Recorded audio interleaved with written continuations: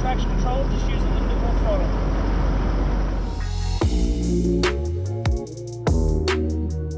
This is definitely one of those cases where if it's not broken, don't fix it. This is the 2025 Isuzu MU-X. Pretty much the same as the previous model, just some little tweaks and enhancements to improve off-road performance, on-road handling and dynamics, and of course the design. The other big change is this new X-Terrain variant. So previously, X-Terrain was only reserved for the D-Max Ute, but now we've got it with the MU-X. As you can see, lots of black sporty highlights around the place. And around at the side, we've got black wheel arches as well, black side mirrors, and a little XT badge.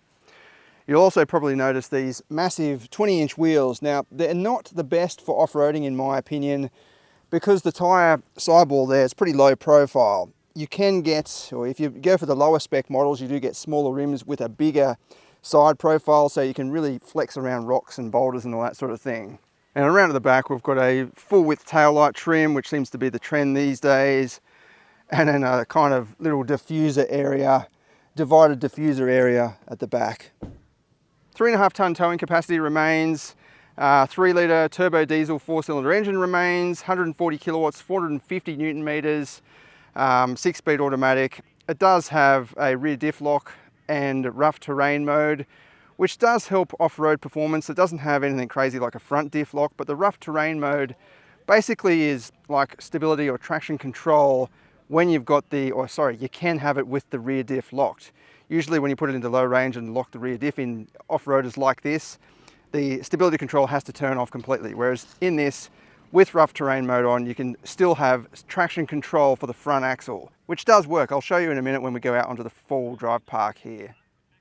And inside, we've got some new seats. This is the X-Terrain, so it's got the red stitching, which, you know, might be a little bit off-putting if you don't like that sort of flamboyant look, but it does, yeah, feel a bit luxurious and a bit sporty.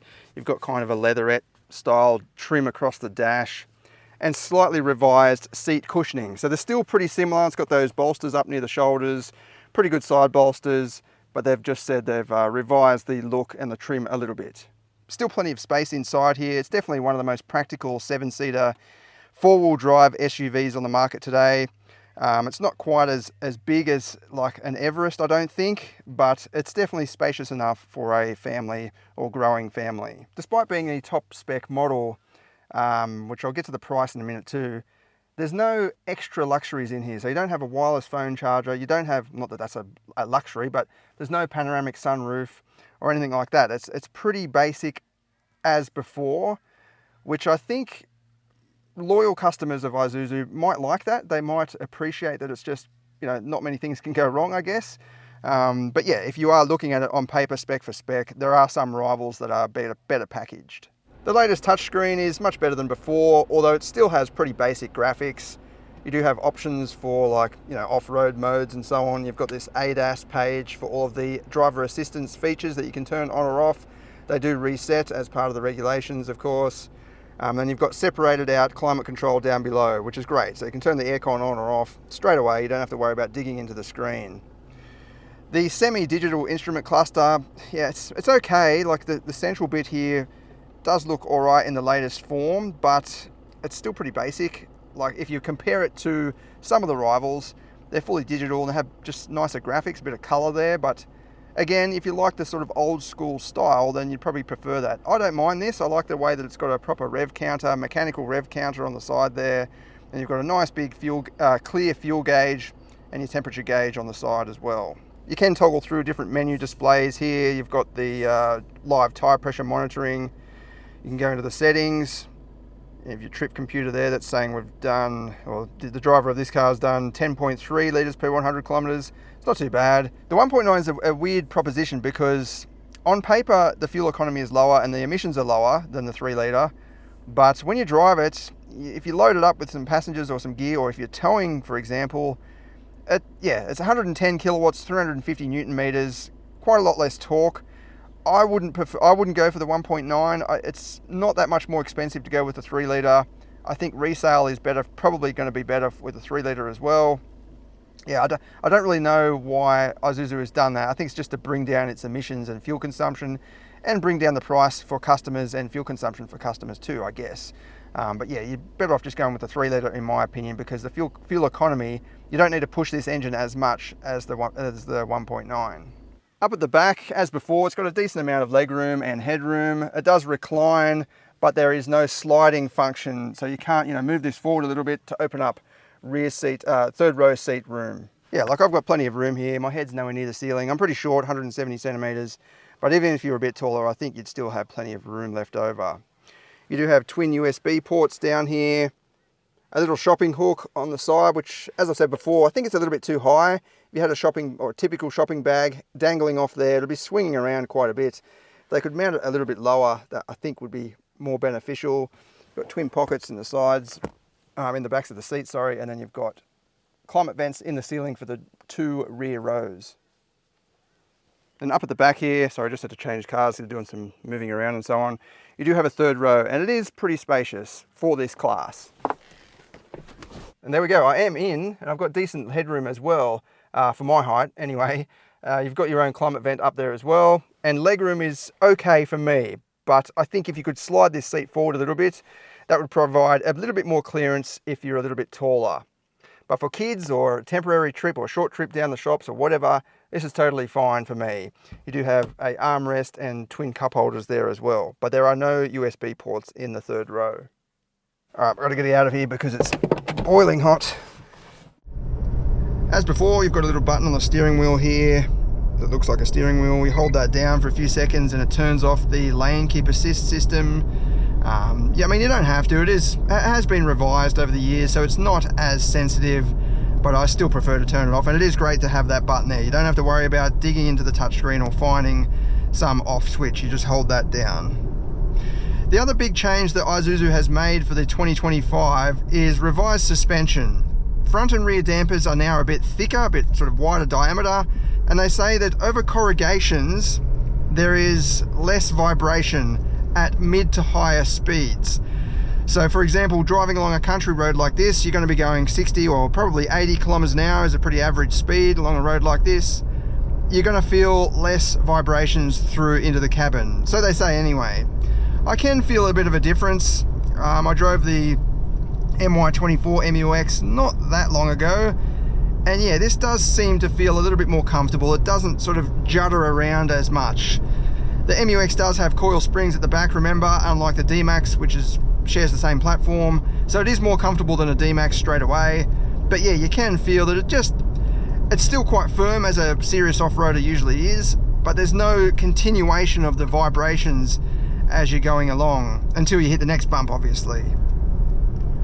I still think the steering in the MU-X and the D-Max actually is quite nice. It's very mechanical feeling. You've got a decent amount of feedback coming through. It just feels nice to turn, and the steering wheel itself is actually quite nice to grasp as well. With the big 20-inch wheels on the X-Terrain, this is probably the best handling MU-X ever, I guess you could say. Just because it's got those lower profile tyres, it's less, more of a response through the steering. You don't have to wait for a minuscule delay compared with taller profile tyres. Look, it feels pretty good. I mean, the previous model was available with a 20-inch rim as well. It's not the best handling SUV in this class, I don't think, but for a rugged, proper off-roader style of SUV, it's definitely up there with the best of them. Yeah, so over these bumps, you probably can't see them on camera, but there are little, corrugations and so on, and it feels pretty good in here. Like, it doesn't feel like I'm driving a big truck. The only part that does kind of feel like a big truck is the engine, of course. 3 litre, as I said, it's the same carryover engine, makes a little bit of a noise. It does have quite a large capacity. 3 litres for a 4-cylinder is quite big, so it means each piston is quite large.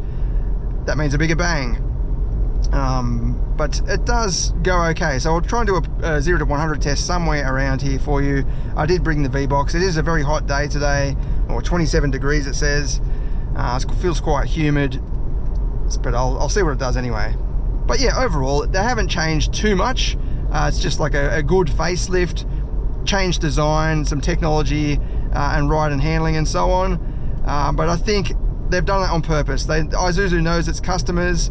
It's gone for that sort of old school, rugged, no fuss attitude or character, and it wants to retain that. So it's just stuck with what it can for the time being. It'll be interesting to see how it goes when the new emissions laws come into place, the NVES. Isuzu says it will change if it has to, but it hasn't confirmed anything. Like most manufacturers, they like to, you know, they talk in code language when they're trying to not reveal what they're going to do in the future. But yeah, they were pretty much straight away said, you know, we'll adapt if we can, if we have to, but for now, this is what we've got. All right, let's try and do a performance test somewhere. I might go further down here. I'm sure there's going to be a bit of an open road. We'll see what it can do, 0 to 100, and I'll hit the dirt and we'll do some off-roading. And then later on, down the track, we'll book in one and do a full performance test as well.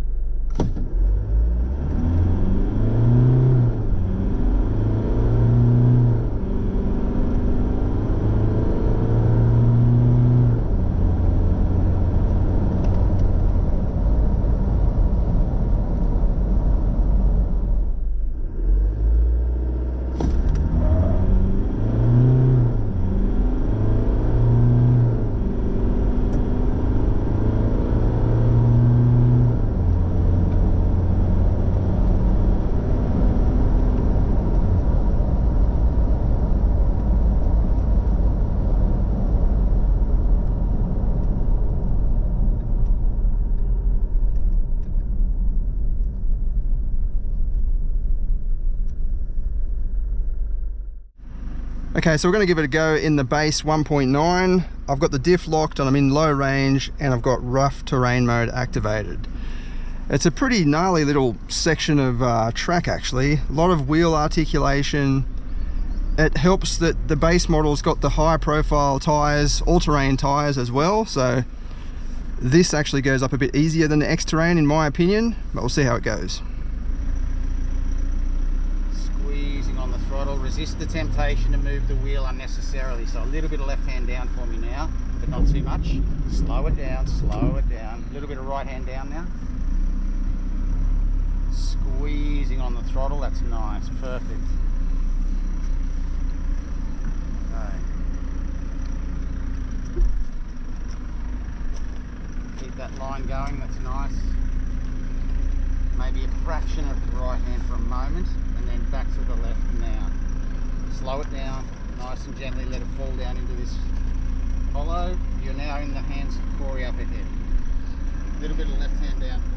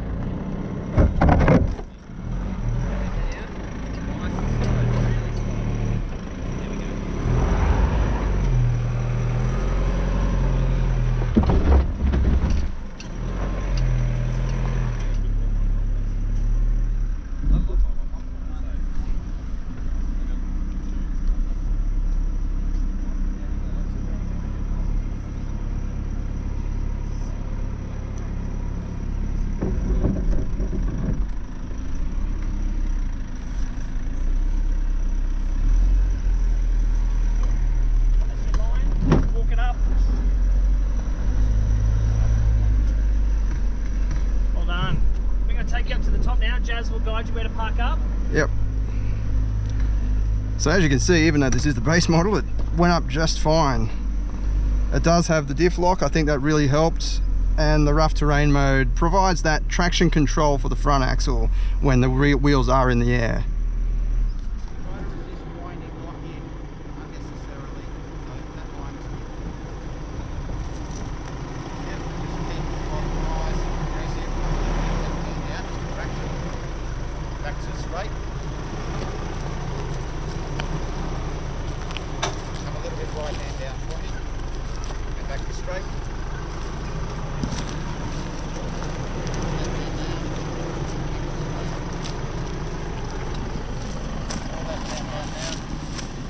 Right.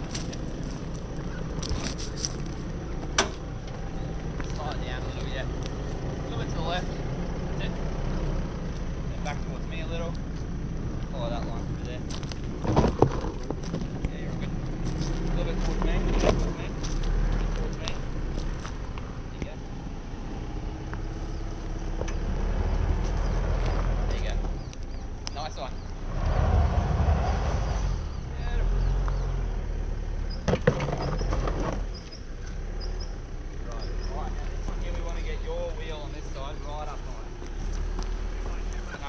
Straight there, yeah. Right, then just slow it down a little for me. Yeah, just keep following that. A little bit to the left. And straight steering there now. That's it, now nice and slow over this bit. Yeah, keep going, keep going. Yeah, a little bit of left now, just a smidge. There you go. Follow Matt's guidance there now. Good, nice drive.